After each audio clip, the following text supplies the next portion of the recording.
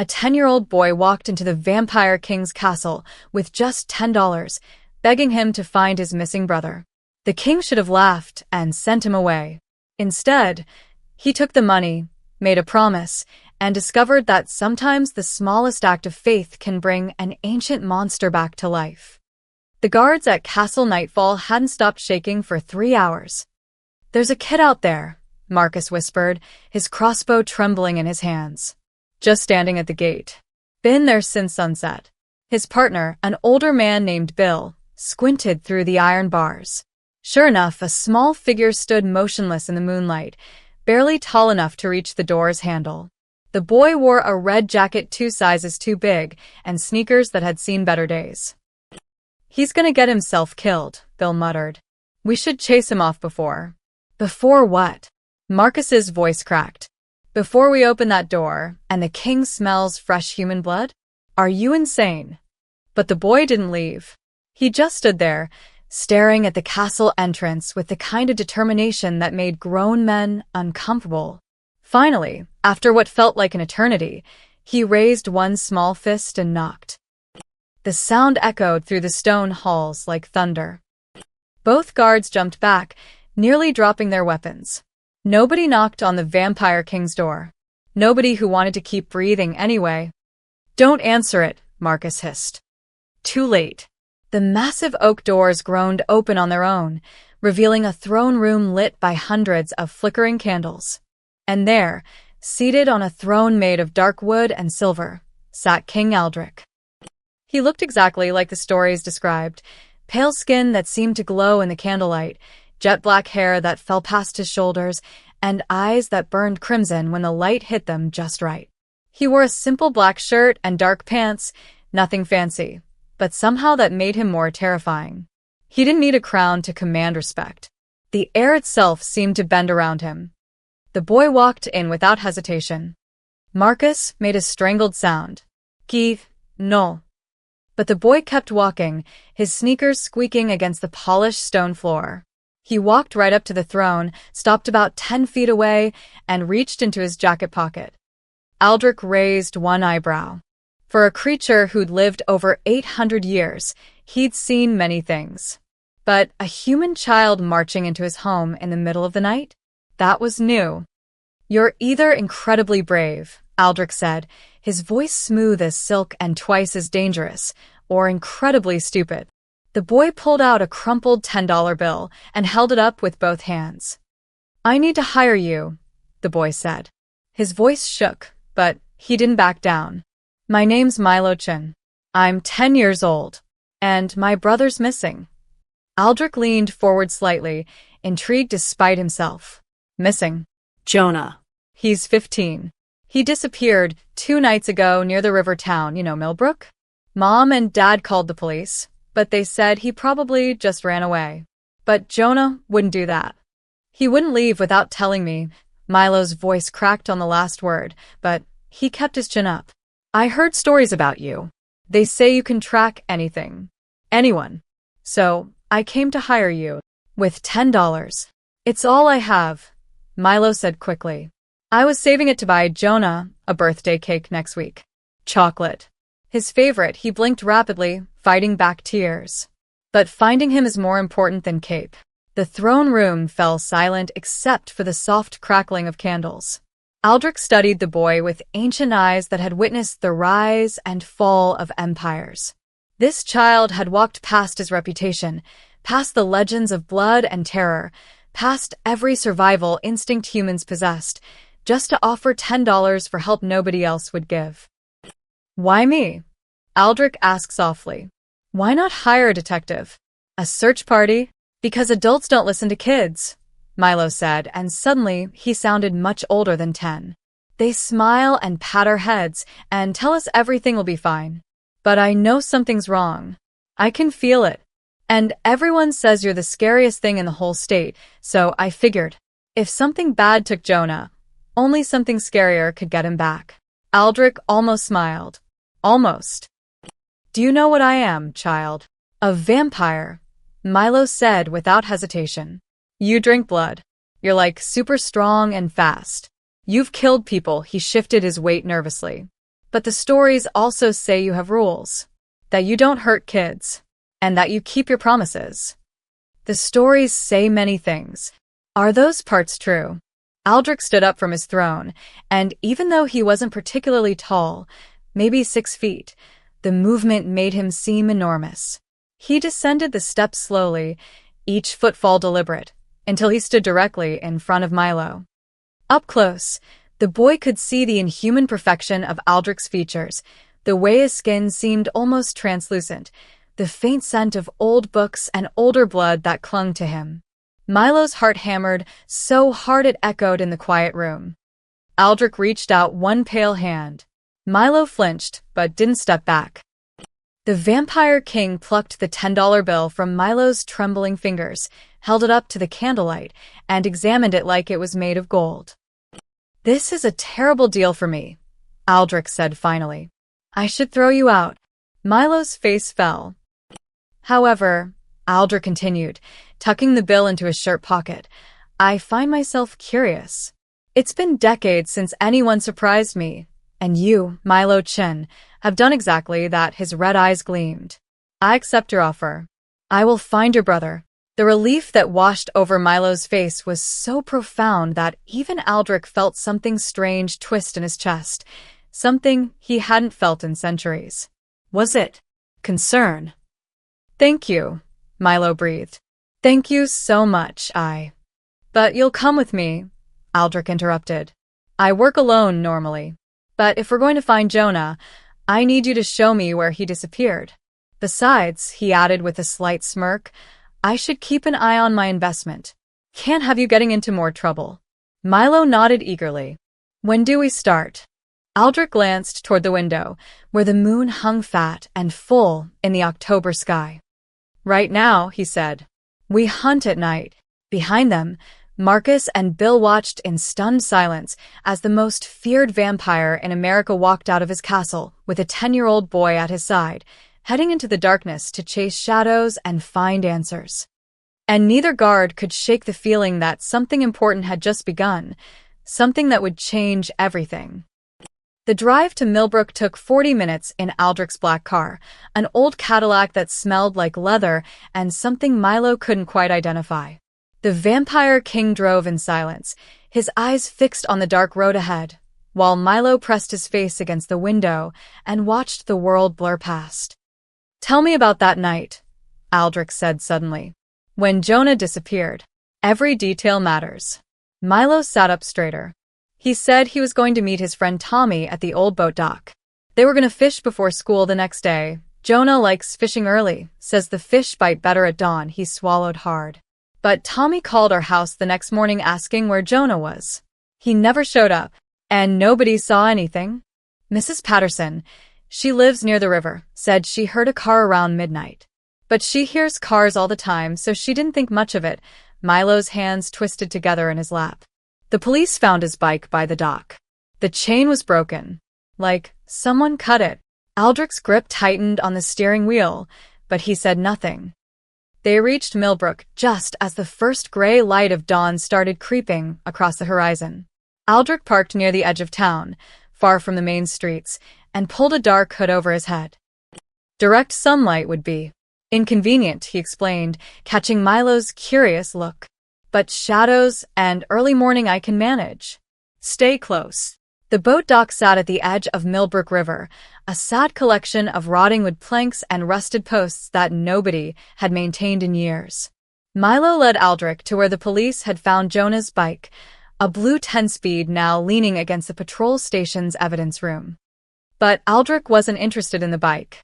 He crouched low, his fingers brushing against the dirt, his eyes scanning the ground with inhuman precision. He moved like liquid shadow, covering the entire dock area in minutes, reading the earth like a book only he could see. "Here," he said finally, pointing to a patch of disturbed soil near the water's edge. "Your brother stood here for approximately 15 minutes. Waiting for his friend, his finger traced an invisible line toward the parking area. Then he heard something, walked this way. Curious, not afraid." Milo followed, his heart pounding. Aldrich stopped near a wooden post. Scattered glass glittered in the early light, the remains of a lantern. He brought light. Smart boy. But someone smashed it. He knelt down, his nose nearly touching the ground, inhaling deeply. Boot prints. Heavy. Military grade. 3 men, maybe 4-inch. Vampires? Milo whispered, terrified of the answer. Aldrich's head snapped up, his eyes blazing red for just a moment before fading back to their normal dark crimson. No. Mans. That made no sense. Milo had assumed a vampire took Jonah. That's why he'd gone to the Vampire King for help. But humans? Aldrich stood and walked in a wide circle, following tracks invisible to Milo's eyes. Then he stopped abruptly, staring at something on the ground. He reached down and picked up a small metal object, turning it over in his pale fingers. It was a crest, a circular badge made of silver, engraved with a cross wrapped in barbed wire. Aldrich's expression darkened. Hunters. Like. Animal hunters. No, Aldrich's voice went cold. Vampire hunters. Humans who hunt my kind. He clutched the crest tightly, and Milo could swear he saw anger flash across the ancient king's face. This is the symbol of the Silverthorn Guild. They're organized, well-funded, and extremely dangerous. But why would vampire hunters take Jonah? Milo's voice rose in panic. He's not a vampire. He's just a regular kid who likes fishing and basketball and— I don't know yet, Aldrich interrupted, though his jaw tightened. That was a lie. He knew exactly why they'd taken Jonah, and the realization made something dark and furious coil in his chest. Bait. They'd taken the boy as bait. Because somehow, someway, the Silverthorn Guild had learned that Aldrich had a soft spot, a stupid, dangerous weakness he'd kept hidden for decades. He didn't kill children. He'd never killed children. And apparently someone had noticed. They'd taken Jonah knowing that eventually someone would come asking questions. Maybe they'd expected Jonah's parents. Maybe local law enforcement. But they definitely hadn't expected Milo to walk straight into a vampire's castle with $10 and a desperate plea. And now Aldrich was here, exactly where they wanted him. We need to move, Aldrich said abruptly, pocketing the crest. If hunters took your brother, they won't keep him here. They'll move him somewhere more secure. Where? That's what we're going to find out. Aldrich looked toward the lightning sky with something almost like concern. But first, we need information. And in human towns, information flows through markets and gossip. You mean we're going shopping?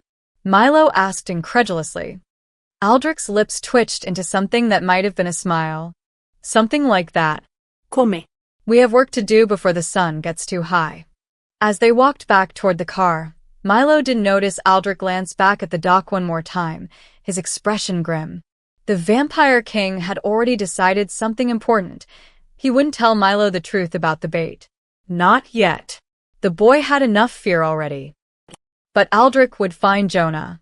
And when he did, the Silverthorn Guild would learn what happened when you used children as pawns against a king who'd survived 8 centuries of war.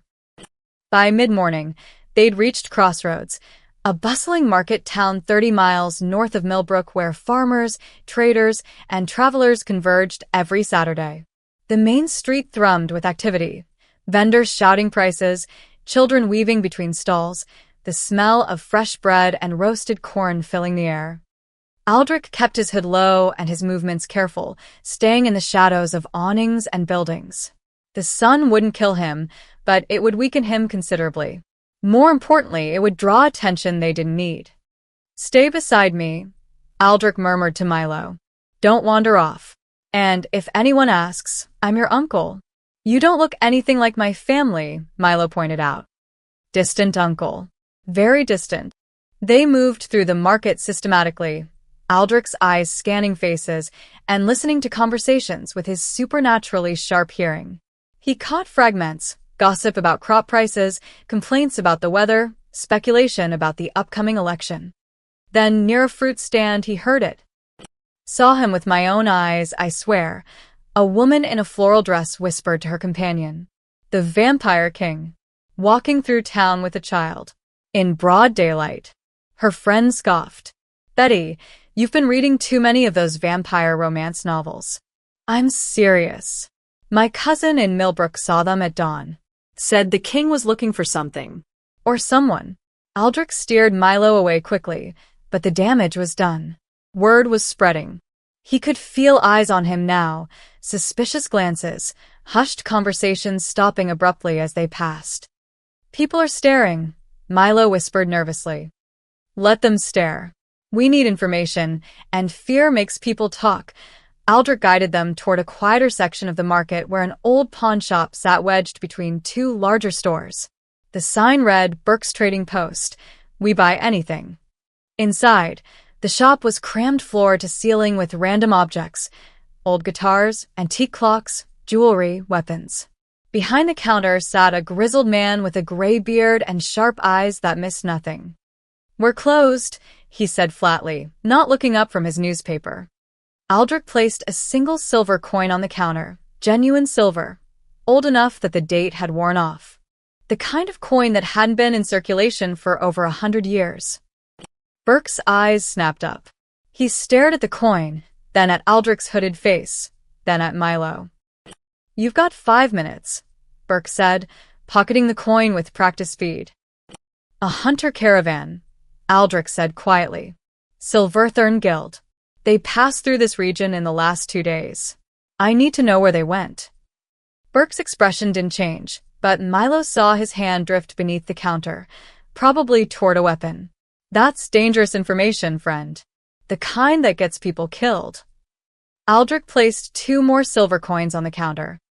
Burke hesitated, then sighed. North. Toward the Cold Spire Mountains. They stopped here yesterday to resupply, bought rope, lanterns, dried food. Enough for a week-long expedition, he paused. They were transporting something. Kept a cargo truck under guard the whole time. Wouldn't let anyone near it. Milo's breath caught. Jonah. They had Jonah in that truck. How many hunters? Aldrich asked. Dozen, maybe more. Heavily armed.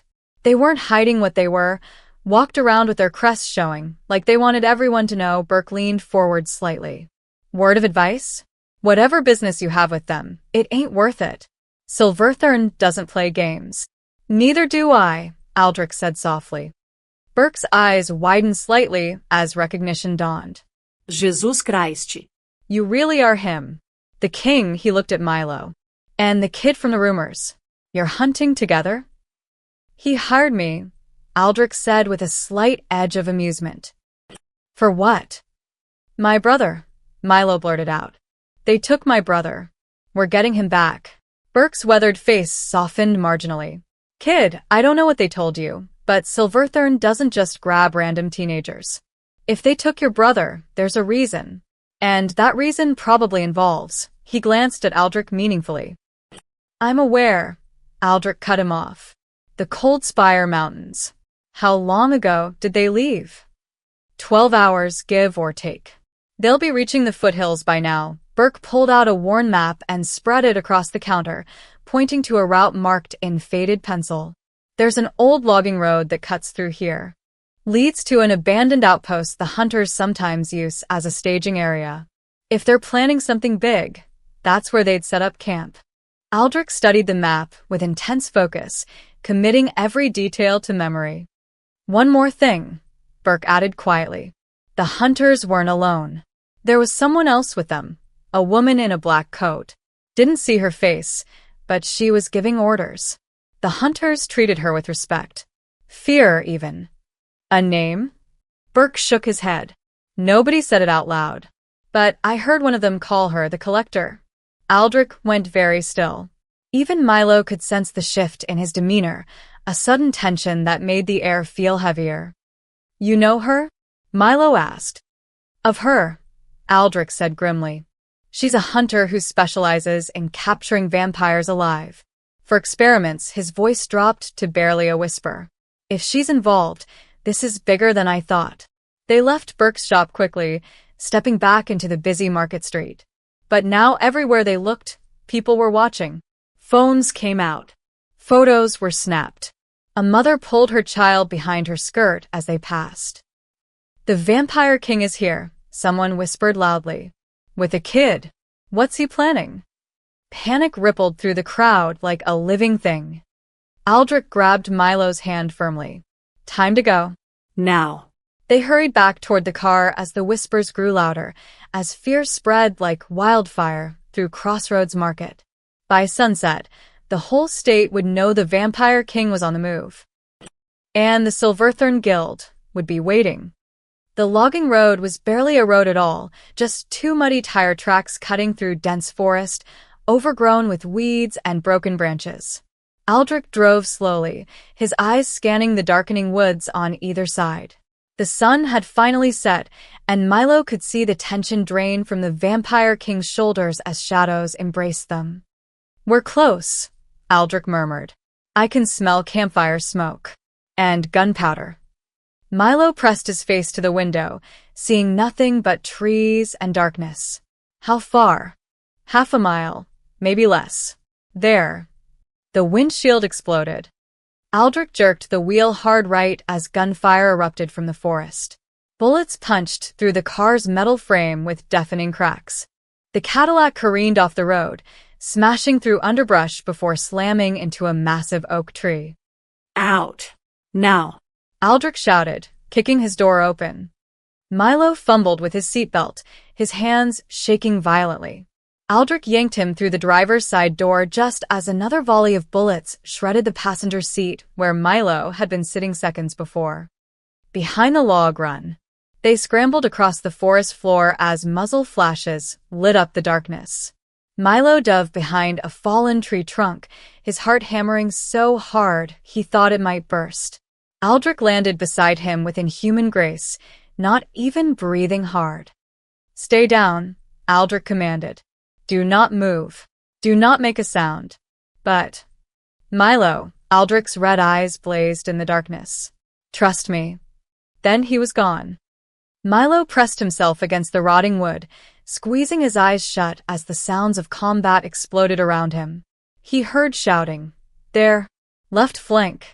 Followed by a scream that cut off abruptly. Gunfire. Breaking branches. A wet, crunching sound that made his stomach turn. Silver rounds. Use the silver rounds.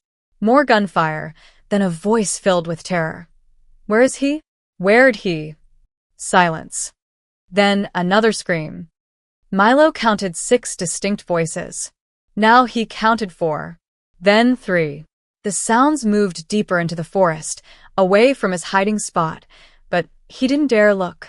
His hands clutched the rough bark of the fallen log, splinters digging into his palms. Minutes passed like hours.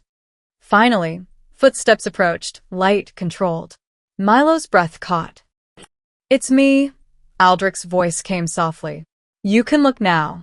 Milo lifted his head cautiously. Aldrich stood there, his clothes torn and spotted with blood, though Milo couldn't tell if it was his own or someone else's. Behind him, 4 men knelt in the dirt, their hands bound behind their backs with their own belts. They looked terrified. I left 2 alive, Aldrich said calmly, as if discussing the weather. The others ran. They'll spread word that attacking me was a mistake. He crouched down to eye level with the captured hunters. Now. Let's talk about the boy you're holding. The hunters exchanged glances. One of them, a young guy with a buzz cut, spat at Aldrich's feet. Go to hell, bloodsucker. Aldrich didn't even blink. He simply stared at the man with those ancient, terrible eyes until the hunter's bravado crumbled like wet paper. The boy, Aldrich repeated. Where is he? We don't know about any boy, another hunter stammered. We were just told to watch this road, stop anyone heading north. Liar, Aldrich's voice dropped to a whisper that somehow seemed louder than shouting. I can hear your heartbeat spike when you lie. Try again. The hunter with the buzz cut broke first. Cold Spire. They took the kid to an outpost in Cold Spire. It's a staging area, reinforced with silver barriers. We're just perimeter guards. We don't know the details. How many hunters at the outpost? 20, maybe 30. It's a big operation. The collector's been planning this for months. The hunter's voice trembled. Look, man, we're just following orders. Nobody told us the kid had connections to. To you. Aldrich grabbed the hunter by his collar, lifting him slightly off the ground. The boy doesn't have connections to me. He hired me for $10 to find his brother. He released the hunter, who fell backward into the dirt. And I keep my promises. The outpost, Milo said suddenly, stepping out from behind the log despite his fear. Is my brother there? Is Jonah okay? The hunters looked at Milo with something like guilt. The youngest one, barely 20 with red hair and freckles, spoke up. We saw them bring in a teenager 2 nights ago. Brown hair, about 15? They've got him in the holding area. He looked scared but not hurt. They're keeping him fed. Comfortable. Why? Milo demanded. Why did you take him? The hunters fell silent, exchanging nervous glances. Answer him, Aldrich said dangerously. We don't know, Buzzcut said quickly. The collector doesn't explain her plans. We just follow orders. But Aldrich could hear the lie. They knew. They all knew. And the careful way they avoided looking at him told him everything. They'd taken Jonah as bait to lure Aldrich out of his castle into the open, where the Silverthorn Guild could spring whatever trap they'd prepared. And like a fool, he'd walked right into it, with a child at his side. Aldrich stood abruptly. How far to the outpost? 10 miles north. But you'll never get in. It's a fortress. We'll see, Aldrich turned to Milo. Come. We're losing time. As they walked back toward the wrecked Cadillac, Milo looked up at the Vampire King. Are you hurt? I heal fast, Aldrich said shortly. We'll continue on foot. Stay close and stay quiet. Behind them, the captured hunters watched as the Vampire King and the small boy disappeared into the dark forest, heading straight into danger. We should warn them, the red-haired hunter whispered. The collector's gonna slaughter them. Buzzcut shook his head grimly. Did you see what he just did to our team? I almost feel sorry for the collector. They walked for hours through the forest, Aldrich moving with silent precision while Milo stumbled over roots and rocks, trying desperately to keep up. The temperature dropped as they climbed higher into the mountain foothills, and Milo's breath came out in white puffs. Finally, Aldrich stopped in a small clearing beside a stream. We'll rest here for a few hours. You need sleep. I'm fine, Milo protested, though his legs trembled with exhaustion. You're a 10-year-old who's been awake for nearly 24 hours. See. While Milo collapsed onto a flat rock, Aldrich gathered dry wood with inhuman speed and started a fire without matches, just a sharp strike of 2 stones that sent sparks into the kindling. Within minutes, flames crackled cheerfully, casting dancing shadows across the clearing. Milo held his hands toward the warmth, finally allowing himself to feel how cold and scared he really was. His red jacket was torn at the elbow from diving behind that log. His sneakers were soaked through. And somewhere out there, Jonah was locked in a fortress surrounded by people who wanted to hurt Aldrich. Eat, Aldrich said, tossing Milo a granola bar he'd taken from the wrecked car. You'll need your strength. Milo unwrapped it mechanically, taking small bites without tasting anything. The silence stretched between them, filled only by crackling fire and night sounds, crickets, distant owls, the whisper of wind through pine trees. Can I ask you something? Milo said finally. Aldrich sat cross-legged on the opposite side of the fire, his face half in shadow. You can ask. Why did you really agree to help me? The $10 thing is. I mean, you're a king. You could buy anything you want. So why? Aldrich was quiet for a long moment, staring into the flames. Why do you think? I don't know. That's why I'm asking. Perhaps I was bored. 800 years is a long time. Eternity gets repetitive. I don't believe that, Milo said softly. Aldrich's eyes flicked up, surprised. No. No. I think, Milo struggled to find the words. I think maybe you're not as scary as everyone says. I think maybe you agreed because it was the right thing to do. A strange expression crossed Aldrich's face, something between amusement and pain. I've killed people, Milo. Many people. Over centuries. I am exactly as scary as they say. But you haven't killed me. You saved me from those bullets. You could have just taken the information from those hunters and left, but you made sure they knew not to hurt kids. Milo met Aldrich's eyes across the fire. I think you're a better person than you pretend to be. Aldrich looked away sharply. You know nothing about me. Then tell me something, Milo pressed. Tell me one true thing about you. The Vampire King sat in silence for so long that Milo thought he wouldn't answer. Then, very quietly, Aldrich spoke. I had a sister once. Human. I was human too before. Before I was turned, his voice was barely above a whisper. Her name was Elena. She was 8 years old when a plague came through our village. I watched her die in 3 days. There was nothing I could do, he paused. That was 783 years ago, and I still remember her face exactly. Milo's throat tightened. I'm sorry. Don't be. It was a lifetime ago. Many lifetimes, but Aldrich's voice carried a weight that suggested time hadn't healed that particular wound at all. Is that why you help kids? Because of your sister? I don't help kids, Aldrich said sharply. I simply choose not to harm them. There's a difference. You're helping me. That's different. You paid me. Milo reached into his pocket and pulled out the crumpled receipt from a gas station, something he'd been carrying for days. On the back, in careful pencil, he'd written, Jonah's cake, chocolate, $10. This is what the money was really for, Milo said, his voice breaking. It was his birthday next week. 15. He wanted to learn to drive, and Dad was going to teach him. And Mom was planning this surprise party, and tears spilled down his cheeks. And I was supposed to buy the cake, because Jonah always shares his birthday cake with me, ever since I was little. He cuts the first slice and gives it to me before he even takes his own. Aldrich watched the boy cry, something uncomfortable twisting in his chest.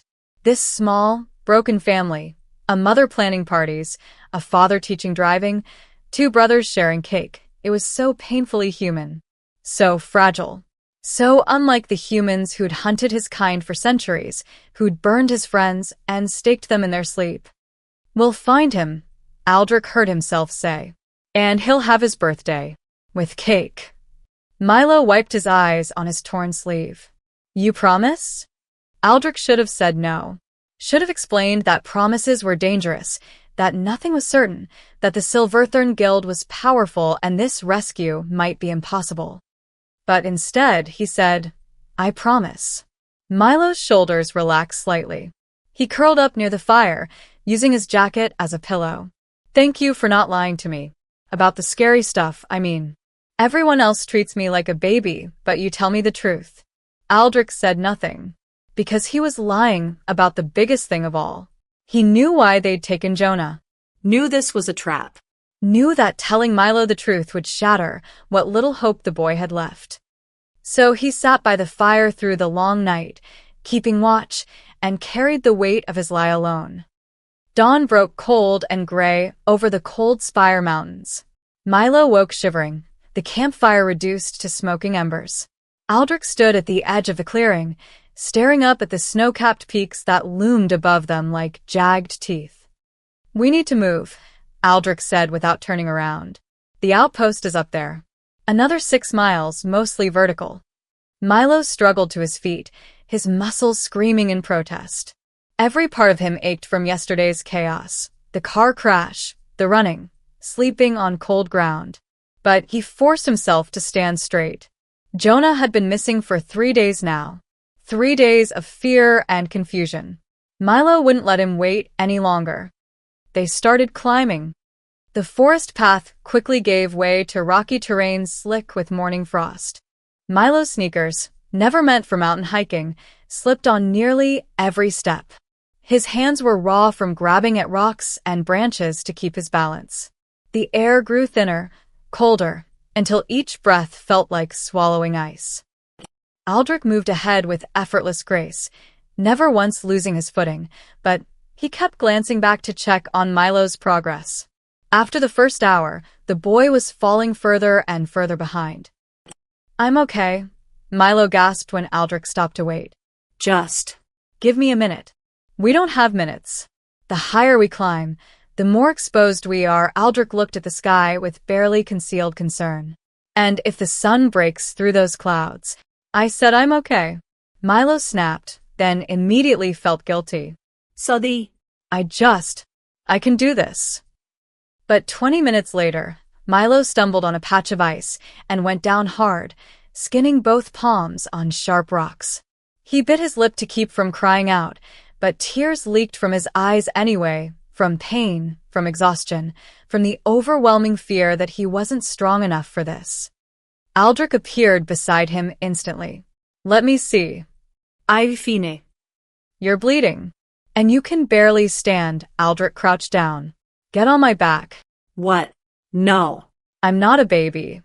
Milo, Aldrich's voice was firm but not unkind. Pride is admirable. Stupidity is not. We have 4 more miles of climbing, and at your current pace, we won't arrive until nightfall. By then, they might have moved your brother. Now get on my back. Milo hesitated, humiliation burning his cheeks. But his legs were shaking so badly, he wasn't sure he could take another step. Reluctantly, he climbed onto Aldrich's back, wrapping his arms around the Vampire King's neck. Hold tight, Aldrich said. Then he started climbing. It was like riding a freight train. Aldrich moved up the mountain with supernatural speed and strength, never wavering, never slowing. He leaped across gaps that would have taken Milo 10 minutes to navigate. Scaled rock faces that should have required ropes and harnesses. Within an hour, they'd covered more ground than Milo could have managed in an entire day. This is insane, Milo breathed, watching the world blur past. This is efficiency, Aldrich corrected. Though I admit, carrying passengers isn't something I do often. When's the last time you carried someone? Aldrich was quiet for a moment. Elena. My sister. When she got too tired to walk home from the market, I'd carry her on my shoulders and she'd laugh the whole way. His voice softened with memory. She'd pull my hair and pretend to be a great explorer discovering new lands.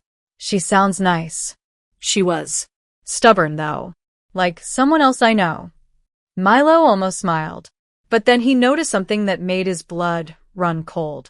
Along the cliffside, carved into rock faces and tied to trees, were signs. Symbols. Warning markers. Aldrich? What are those? Aldrich's expression darkened. Territory markers. The Silverthorn Guild is claiming this entire mountain as their hunting ground. He studied the symbols more closely. But these are fresh. Put up within the last week. What does that mean? It means this isn't just about your brother anymore. They're preparing for something bigger. Much bigger. Aldrich spotted another marker. This one spray-painted on a boulder, a silver cross wrapped in barbed wire, with numbers beneath it. 11202025. Tomorrow's date. They're gathering for an assault, Aldrich muttered, more to himself than Milo. A coordinated strike against vampire territories across the region. Your brother's kidnapping. It's just one piece of a larger operation. But why take Jonah at all? What's he got to do with vampires? Aldrich's jaw tightened. He wanted to tell Milo the truth, that Jonah was bait, that the Silverthorn Guild had researched Aldrich's one weakness and exploited it perfectly. But looking at the exhausted, frightened boy clinging to his back, Aldrich couldn't bring himself to destroy what little hope remained. They likely mistook him for someone else, Aldrich said, hating himself for the lie. Wrong place, wrong time. The guild operates in shadows. Sometimes they grab people just to create leverage or confusion. It was a weak explanation, and Aldrich could tell Milo sensed something was off. But the boy didn't press. Maybe he didn't want to know. Maybe he was too tired to care about the why when the what mattered more. They climbed higher into the snow zone, where pine trees gave way to bare rock and bitter wind. In the distance, through swirling snow flurries, Milo saw it, a wooden structure built into the mountainside, reinforced with metal and surrounded by high fences. The outpost. There, Aldrich said grimly. That's where they're keeping your brother. Milo stared at the fortress, his heart sinking. It looked impossible. Impenetrable. But Aldrich was already planning their approach, his ancient mind calculating angles and weaknesses. "Rest," Aldrich said, setting Milo down behind a cluster of boulders. "When the sun sets, we move." Time was running out. They watched the outpost for hours, hidden behind snow-covered rocks as the afternoon sun crept across the sky. Aldrich remained perfectly still, his eyes tracking every movement below, guards changing shifts, supply trucks arriving, the regular patrol patterns around the perimeter. Milo tried to stay patient, but every minute felt like torture. Jonah was down there, somewhere behind those walls, probably terrified and alone. "There," Aldrich whispered, pointing to the eastern fence. "They rotate guards every 2 hours.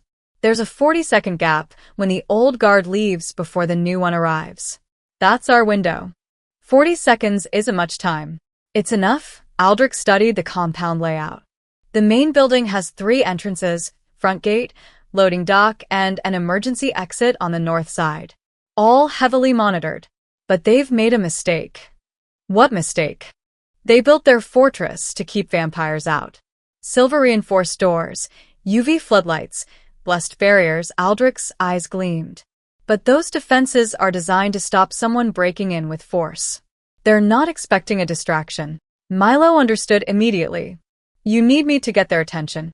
I need you to be very brave and very careful." Aldrich met his eyes seriously. "Can you throw rocks at that watchtower? Make noise, get the guards looking your way, then run back here? That's the plan? Throw rocks."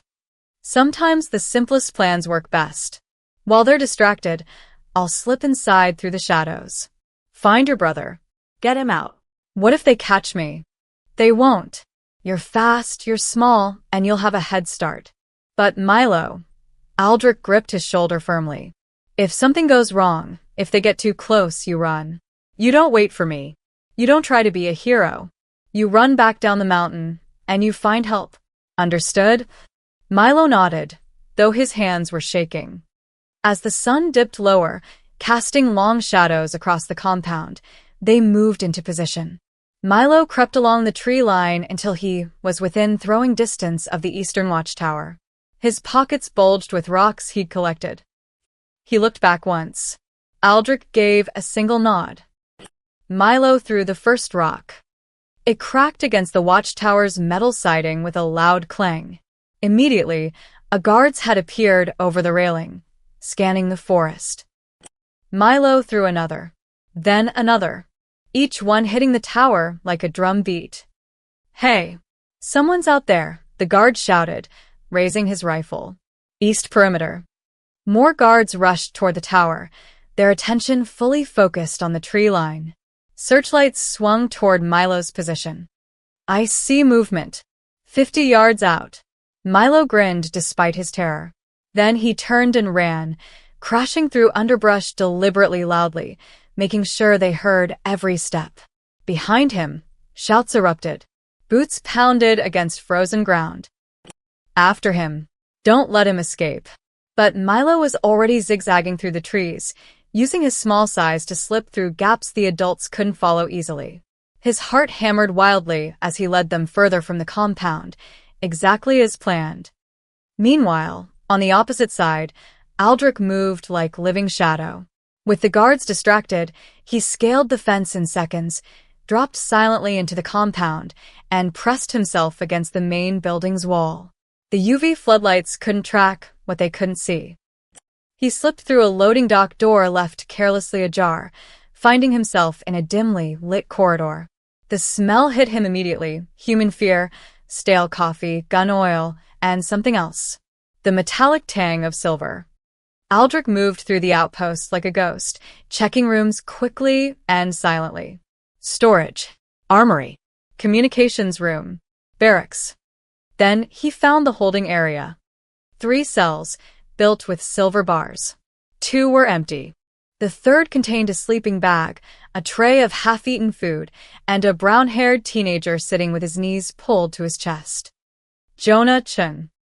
The boy looked up as Aldrich approached, his eyes widening in terror. He scrambled backward until he hit the cell's rear wall. "Stay away from me," Jonah whispered. I'm not here to hurt you. Your brother sent me. My Milo. Confusion replaced some of the fear.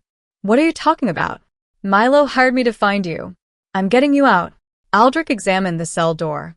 The lock was complex, reinforced with silver that burned his fingers when he touched it.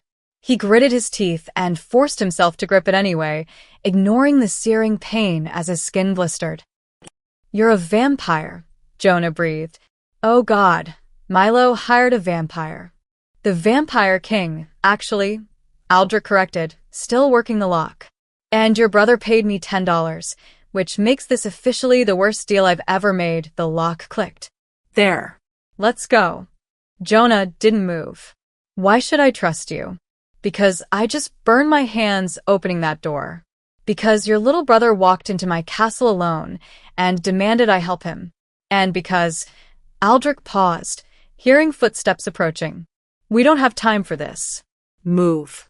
Now. The command in his voice was absolute. Jonah found himself obeying before he'd made a conscious decision, stepping out of the cell. They'd made it 3 steps down the corridor when Aldrich froze. On the wall, illuminated by emergency lighting, was a large map covered in pins and photographs. Strategic locations marked across 5 states. Vampire safe houses, known feeding grounds, meeting places. And in the center, pinned prominently, was a photograph of Aldrich himself. Beneath it, written in bold red marker, arrival estimated, November 19th, primary target acquired. Jonah followed Aldrich's gaze and went pale. They weren't after me at all. They wanted you. I know, Aldrich said quietly. You knew? This whole time? Yes. Does Milo? No. And you won't tell him? Aldrich turned, his eyes burning crimson. Not until this is over. Before Jonah could respond, alarms erupted throughout the compound. Red lights flashed. Steel doors slammed shut. They'd been discovered. And somewhere outside, Milo was still running. Aldrich grabbed Jonah's arm and pulled him down a side corridor as heavy footsteps thundered through the outpost. The alarm screamed, red emergency lights strobing across metal walls. Emergency protocols activated. A woman's voice echoed through speakers. All units converge on holding area. The target is inside. I repeat, the Vampire King is inside. The target. Jonah hissed as they ran. They meant you all along. I was just bait. Yes, Aldrich yanked him around a corner, just as guards flooded the hallway they'd abandoned. We can discuss my failures later. Right now, we survive. They burst through a door into what looked like a command center, banks of monitors showing camera feeds from around the compound. Aldrich's eyes scanned them rapidly until he found what he was looking for. Milo. The boy had circled back, just as Aldrich had feared he would. On the monitor, Milo crouched behind a supply crate near the main gate, clearly trying to figure out how to get inside. The guards who'd chased him were regrouping, closing in on his position from 3 sides. Your brother's an idiot, Aldrich muttered. He's 10, Jonah shot back. And he came here for me. That's not idiot. That's, his voice cracked. That's Milo. Aldrich spotted a radio on the console.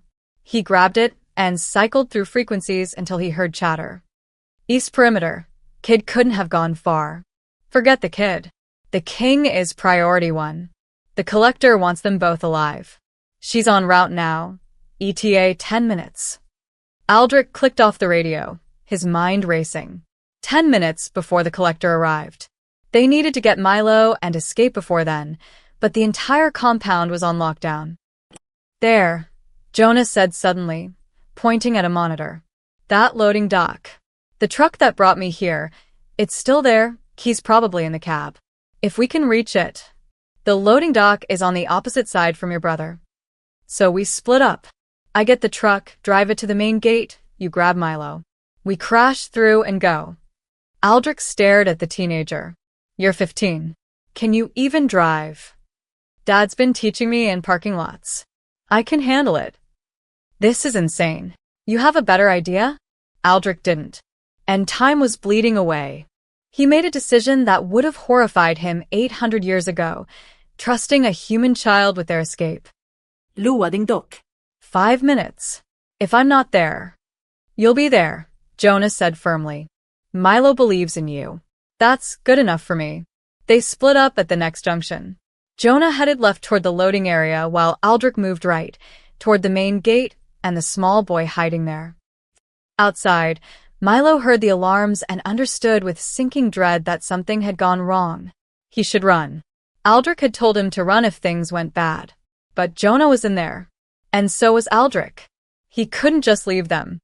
So instead of running, Milo did something incredibly stupid. He stood up and shouted at the top of his lungs. Hey, I'm right here. Come get me. Every guard in the compound turned toward the sound. Milo saw them coming and bolted toward the main building, not away from it but directly at it, his sneakers slapping against frozen ground. A guard moved to intercept him. Milo ducked under his arms, sliding between his legs like he was stealing home base. Another guard grabbed for him.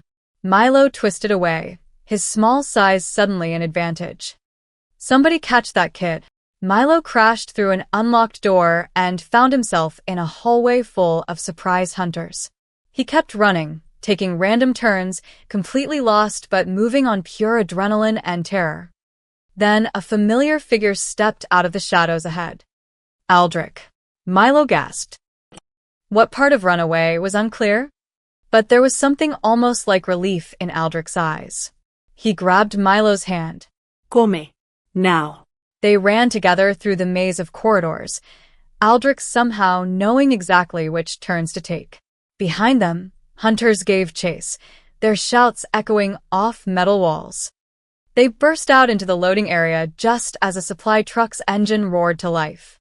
Jonah sat in the driver's seat, his face pale but determined. Get in, he shouted through the open window. Jonah. Milo's face lit up with pure joy.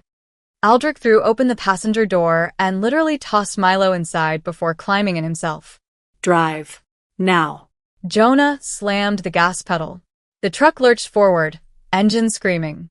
Guards scattered as the massive vehicle barreled toward the closed main gate. They're not opening it, Jonah yelled. Don't stop, Aldrich commanded. We'll crash. Drive.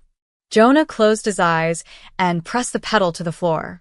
The truck hit the gate at 40 miles per hour, metal shrieking as it tore through reinforced barriers like they were made of paper.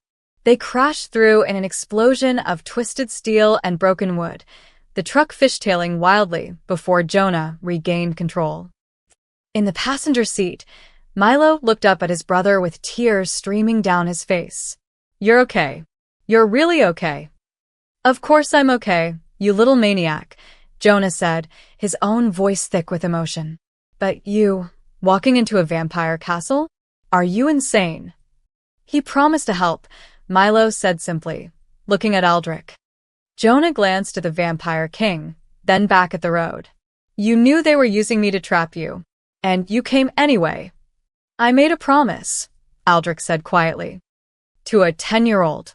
For $10. The amount was irrelevant. Behind them, the outpost erupted with activity. Vehicles starting, hunters mobilizing. But they had a head start, and night was falling fast. Then Milo heard it through the chaos, a voice on a radio someone had left on in the truck cab. All units, this is the collector. They took the bait beautifully. Phase 2 is now active. Let them think they've escaped. The real trap is waiting at the Silverthorn Fortress. Have the boys' family brought there immediately. When the king comes for them, we'll have everything we need. Milo's blood ran cold. Mom and Dad. They're going after Mom and Dad. Aldrich's expression went dark as midnight. The hunt wasn't over. It had only just begun. The Silverthorn Fortress loomed against the night sky like something out of a nightmare, a converted military bunker built into the mountainside, all concrete and steel and malevolent purpose. Spotlights swept across its perimeter in mechanical patterns, and guard towers rose at each corner like watchful sentries. Aldrich parked the stolen truck 2 miles away, hidden in a dense grove of trees. Inside the cab, The three of them sat in heavy silence. "This is different from the outpost," Aldrich said finally. "Silverthorn is their main base. Everything inside will be designed specifically to kill vampires. Silver everywhere. UV lights. Blessed water in the ventilation systems. It's a death trap." "My parents are in there," Milo said, his voice small but determined. "We have to get them. We will." Aldrich studied the fortress through binoculars he'd found in the truck's glove compartment. "But not through the front door. There has to be another way." Jonah pulled out a crumpled map he'd grabbed from the outpost. "When they brought me in, I heard guards talking about drainage tunnels. Old military infrastructure from when this place was an active base. They use them for waste disposal now." He traced a line on the map. "If we can find the outlet, we might be able to get inside without being detected."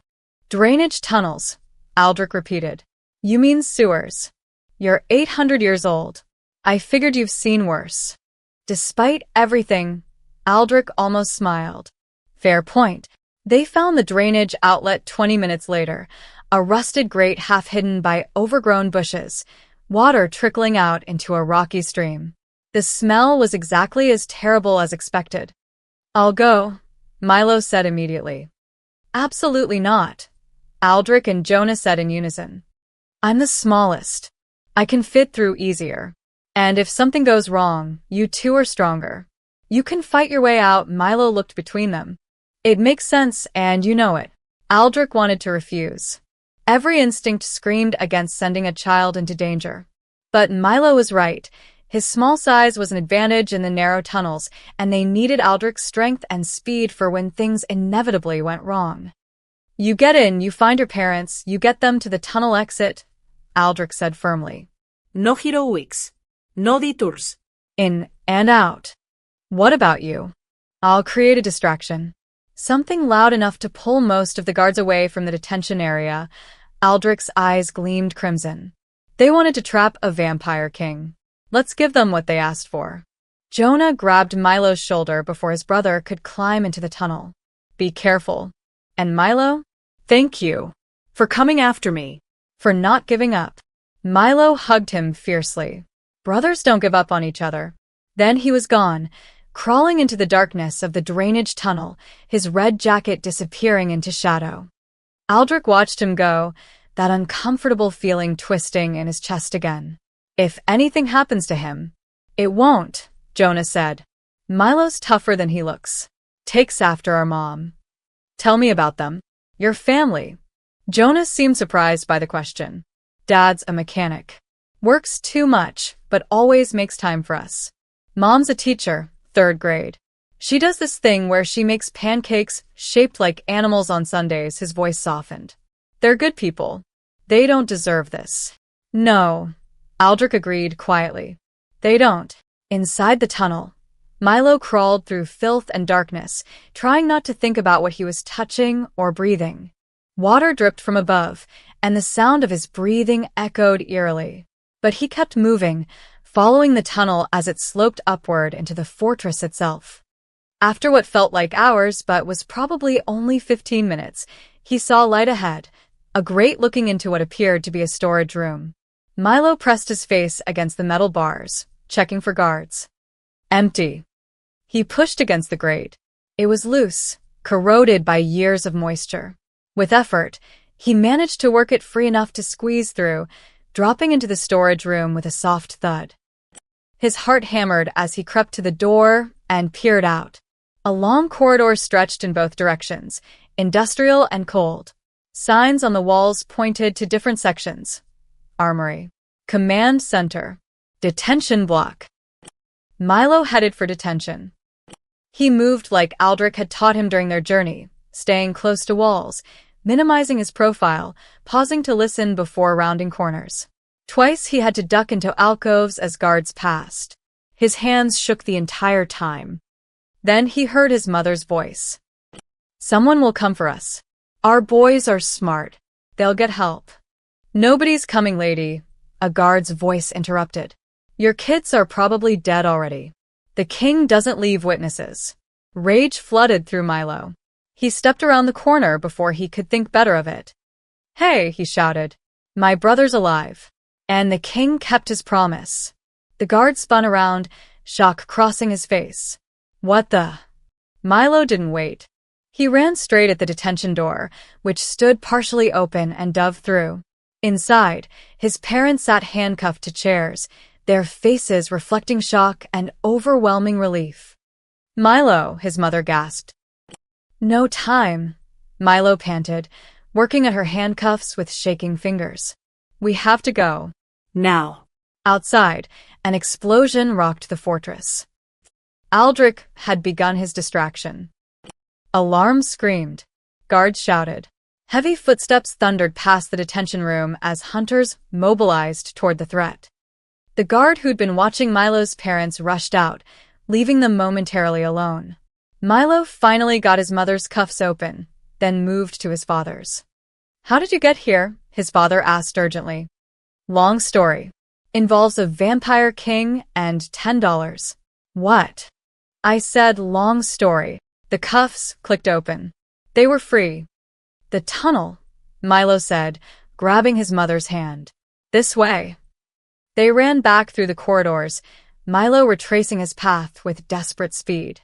Behind them, the fortress shook with violence, Aldrich's rampage drawing every available hunter toward the main gates. They reached the storage room, the tunnel entrance. You want us to crawl through that? His mother asked, looking at the filthy grate. Unless you want to fight vampire hunters. She crawled through without another word. They emerged from the drainage tunnel gasping and filthy, covered in things Milo didn't want to think about. Jonah was there waiting, his face flooding with relief when he saw them all. Mom. Dad. He grabbed them both in a fierce hug. Jonah, thank God. Mrs. Chen's voice broke. We thought. No time for reunions, Milo interrupted, looking back toward the fortress. Explosions continued to light up the night sky. We need to go. Now. Before, a section of the fortress wall exploded outward in a shower of concrete and rebar. Through the dust and debris, a figure walked calmly into the moonlight. Aldrich. His clothes were shredded, exposing pale skin marked with burns and cuts that were already healing. Blood, both his own and others, stained his hands and face. Behind him, the fortress burned, sirens wailing, hunters scrambling. But he bought them the time they needed. Everyone here? Aldrich called out, his voice tight with pain he was trying to hide. All accounted for, Jonah confirmed. Then we run. They ran through the forest, the Chin family struggling to keep pace while Aldrich moved ahead, clearing obstacles and finding the safest path. Milo stayed close to his parents, his heart soaring despite the danger. They'd done it. They'd actually rescued everyone. Behind them, shouts erupted. Flashlight beams cut through the darkness. They're pursuing, Aldrich said grimly. Faster. We're going as fast as we can, Mr. Chin panted. Aldrich grabbed both parents without ceremony, lifting Mrs. Chin over one shoulder and Mr. Chin over the other like they weighed nothing. Hold on. Then he ran with supernatural speed, Jonah and Milo sprinting to keep up. The forest became a blur. Branches whipped past. The sounds of pursuit grew more distant. They'd covered maybe half a mile when Aldrich suddenly stopped, setting the parents down and going completely still. What is it? Milo whispered. We're surrounded. Red laser sights appeared in the darkness. Dozens of them, painting targets on trees, rocks, and people. Hunters emerged from concealment in a perfect circle, assault rifles trained on the group. They'd been herded, Aldrich realized. Driven into a kill box. Well, a woman's voice cut through the night. The legendary vampire king. So nice of you to join our little trap. She stepped into a shaft of moonlight, tall, middle-aged, wearing a long black coat and an expression of cold satisfaction. The collector. You've caused quite a bit of damage tonight, she continued, circling them slowly. 17 of my hunters injured. 3 killed. Millions of dollars in equipment destroyed, she smiled without warmth. But it was worth it. You're the prize I've been hunting for 5 years. Let the family go, Aldrich said. Your quarrel is with me. Oh, but their leverage. Insurance. You vampires always claim to be monsters, but I've studied you, Aldrich. You're soft. Sentimental. You won't risk their lives to escape. You don't know what I'll risk. Don't I? The collector gestured, and 2 hunters dragged Milo forward, forcing him to his knees between them. Let's test that theory. Surrender yourself. Allow us to take you alive, or the boy dies. Mrs. Chun screamed. Mr. Chun lunged forward, but was immediately restrained by guards. Aldrich's eyes blazed crimson, and for a moment, Milo saw the full terrifying power of an ancient vampire king barely contained. The temperature seemed to drop. Shadows writhed. You're making a mistake, Aldrich said, his voice deadly quiet. The only mistake was yours. Caring about humans, the collector pulled out a silver dagger. Last chance. Surrender or... Jonah moved. He'd been standing slightly apart from the group, unnoticed by the hunters who were focused on Aldrich and Milo. Now he grabbed a fallen branch and swung it with all his strength at the nearest hunter, catching him across the face. Chaos erupted. The hunter's attention split for just a second. Aldrich moved like lightning, disarming 3 guards before they could react. Mr. Chen tackled another. The perfect kill box collapsed into confused combat. Run! Aldrich roared at the family. Get to the truck. Milo scrambled to his feet, his mother grabbing his hand and pulling him toward the trees. Behind them, Aldrich fought with controlled fury, trying to create an opening for them to escape. But the collector was ready. She raised a crossbow, a modified weapon with silver-tipped bolts, and took aim. Not at Aldrich. At Milo and Jonah, who were running side by side 20 feet away. She fired. The bolt cut through the air with a whistle. Aldrich heard it and understood in the space between heartbeats that he couldn't reach them in time. Couldn't block it. Couldn't save them. Unless... He launched himself across the impossible distance, moving faster than he had in centuries, his body screaming in protest.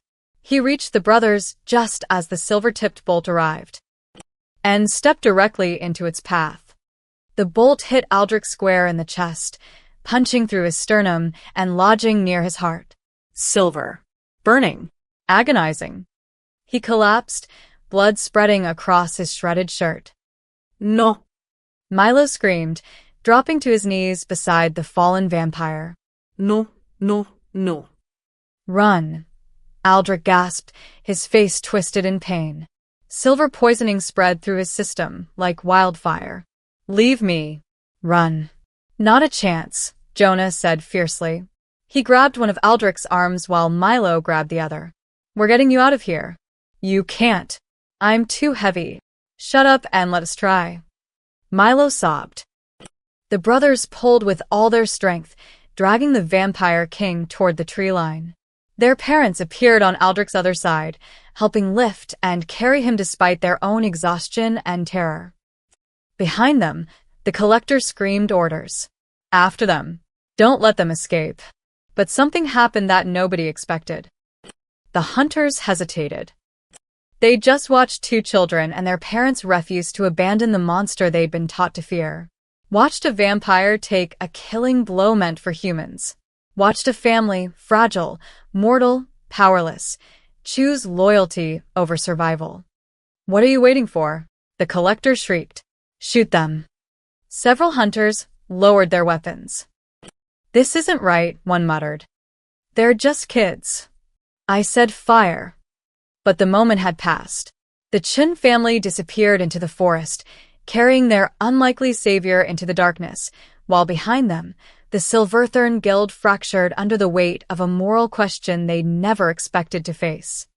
They made it to a village called Pinewood just as dawn broke, a small cluster of houses and shops nestled in a valley, the kind of place where everyone knew everyone and strangers were noticed immediately. Aldrich was barely conscious, his skin burning hot despite vampires running cold. The silver bolt still protruded from his chest, and black veins spread from the wound like poisonous roots. Every breath was agony. The Chin family carried him into the first building they found, a general store just opening for the day. The owner, an elderly woman named Martha, took one look at the bloody, desperate group and immediately locked the door behind them. "Upstairs," she said without questions. "There's a room in the back." They laid Aldrich on a bed in a small storage room above the shop. Milo refused to leave his side, even when his mother tried to pull him away. "He's dying," Mrs. Chin whispered to her husband. "That wound, the silver." "I know," Mr. Chen's face was grim. "But he saved our sons. Twice. We owe him this much." Martha returned with water, clean cloths, and a pair of pliers. She looked at Aldrich with calculating eyes. "Silver poisoning. Seen it once before, 50 years back." Another vampire, cornered by hunters, she rolled up her sleeves. "I'll do what I can, but I can't promise anything." "Why would you help him?" Jonah asked, confused. "Because he's in my home, and I don't let people die in my home if I can help it. Vampire, human, or otherwise," she looked at the family. "Besides, word travels fast in these mountains. We've been hearing stories for 2 days. A vampire king traveling with a child, fighting hunters, saving people. Makes a person curious about the truth."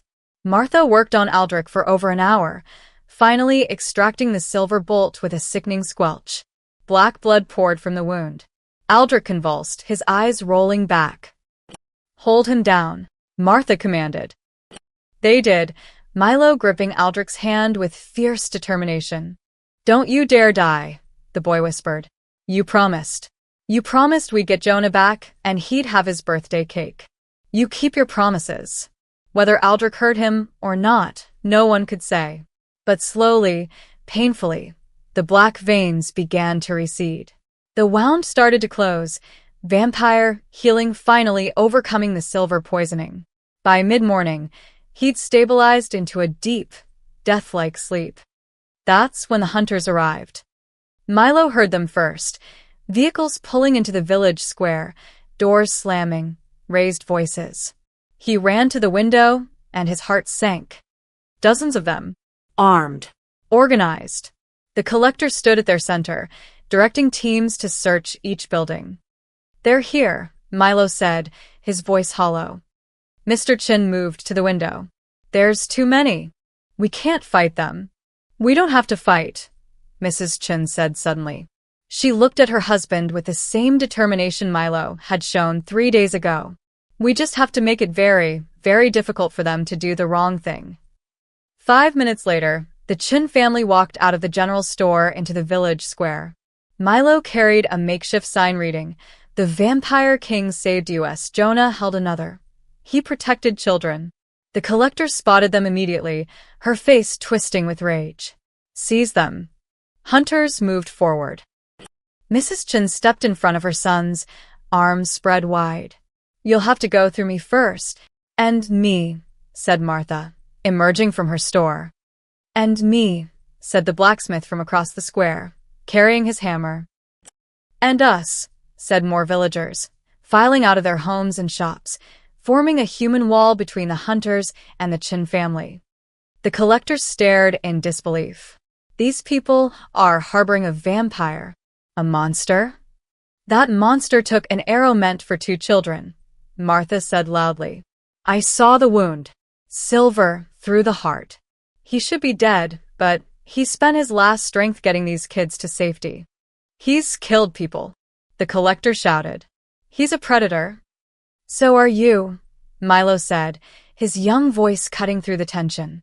He stepped forward despite his mother's attempt to hold him back. "You took my brother. You threatened my family. You tried to kill us. The only person acting like a monster here is you." Murmurs ran through the crowd, villagers and hunters alike. A young hunter at the back lowered his rifle. "The kid's got a point." Silence. The collector's composure was cracking. "You're under orders." "Orders to hunt vampires who threaten humans," another hunter interrupted. "Not to murder children and their families. Not to attack someone being defended by the very people we're supposed to protect." The collector pulled out her pistol. "If you won't do your jobs, I will. Stand aside or what?" Mr. Chen stepped forward. You'll shoot me in front of 50 witnesses? Kill a father protecting his children? Go ahead. Show everyone what the Silverthorn Guild really stands for. The collector's hand trembled with fury, but she was trapped. Every eye was on her, villagers with phones out, recording. Other hunters watching, judging. If she pulled that trigger, she'd turn public opinion irreversibly against the entire hunter organization. This was supposed to be simple. Capture the Vampire King. Prove the guild's power. Instead, she'd created a martyr and turned children into heroes. This isn't over, the collector hissed. That vampire is a threat to humanity. He's my friend, Milo said simply. And friends protect each other. The collector stared at the small boy who'd ruined her carefully laid plans. Then, with visible effort, she holstered her weapon. Fall back, she commanded her hunters. We're leaving. Ma'am, the vampire. I said fall back. They retreated to their vehicles, tension radiating from every movement. The collector paused before climbing into her truck, looking back at Milo one last time. You've made a powerful enemy today, boy. Good, Milo said, not backing down despite his fear. He deserves powerful friends. The hunters left Pinewood in a convoy of defeat, leaving the village and the Chin family standing victorious in the morning sun. But the victory felt fragile, temporary. Everyone knew this was just one battle. The war between humans and vampires was far from over. Still, for today, in this small village, something remarkable had happened. A boy had believed in a monster, and that belief had changed everything.